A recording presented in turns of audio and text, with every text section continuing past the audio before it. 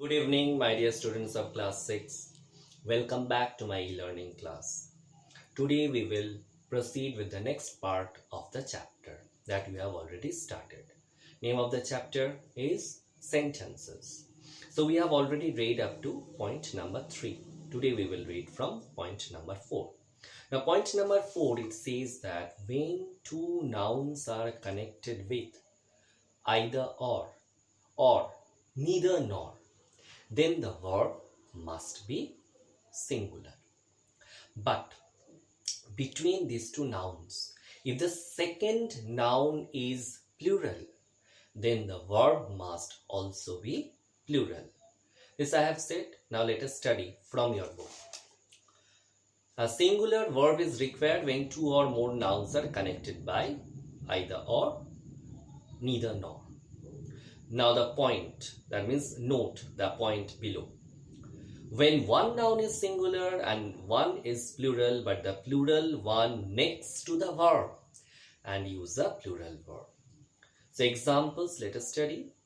Neither my mother nor my sister is at home.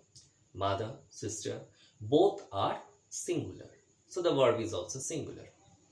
But next one, either you or your brothers have to clean the room. Now the second one, that means the noun brothers, it is plural. That's why we have used have, which is also plural.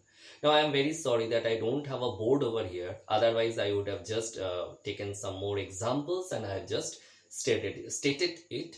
That means I should have written them on the board for your better understanding. Number 5.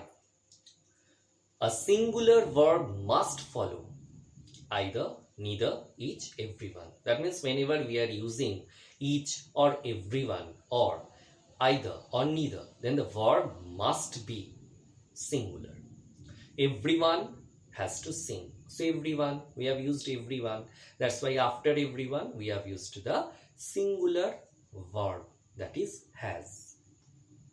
Point number 6, it is said that when two nouns are joined by a conjunction, and if those two nouns are qualified by each or every, then the verb must be singular. See from the example, each truck and each car is being searched. So truck, it is singular, car, it is singular. These two nouns are joined by the conjunction and. But before these nouns, we have used each truck and each car. That's why even if these two singular nouns are joined by and, still then we have to use the verb singular because these two nouns are qualified by the word each before them. Point number 7, some nouns which are singular in meaning but plural in form take a singular verb. Now there are some nouns which look like plural but actually they are singular in sense. For them we have to use singular verb. This pair of slippers is new. Now when we use pair, a pair of, this phrase is used when two things are used together or they come together. Similar examples you can have like a pair of shoes, a pair of scissors, like this. Now point number 8. Some nouns which are plural in meaning but singular in form take a plural verb. There are certain nouns which when you will look at, you will think that no s or es is added or no s or es is there with the noun. That means it might be singular. No, actually not. There are certain nouns which look like singular but they are plural in nature. For them we have to use the plural verb. And the example is given. The children are playing in the garden. So you know, child, it is singular. Children, it is plural. So we have used here children. That's why we have used the plural verb are. Point number 9, singular verbs are required when the collection is thought of as a whole. That means when the collective noun or the idea of the collective noun is expressed as one. then we have to use singular verb. The troupe is going to give a performance. So here troupe, it is collective noun. But here the expression or the word has been used to show or to express oneness. That's why we have used singular verb here. Next one also, the audience was enthralled at their performance. Meaning of enthralled? Meaning of enthralled is charmed. That means it was very, very nice, and it was such that all were just looking at it in a very, or all were enjoying it in a very happy manner. That means they were not able to move their eyes, or they were not able to just think that we will not look at it. It was excellent. That means the performance was excellent. Number 10. A singular verb is required when the plural noun depicts some specific quantity or amount considered as a single whole unit. See the example.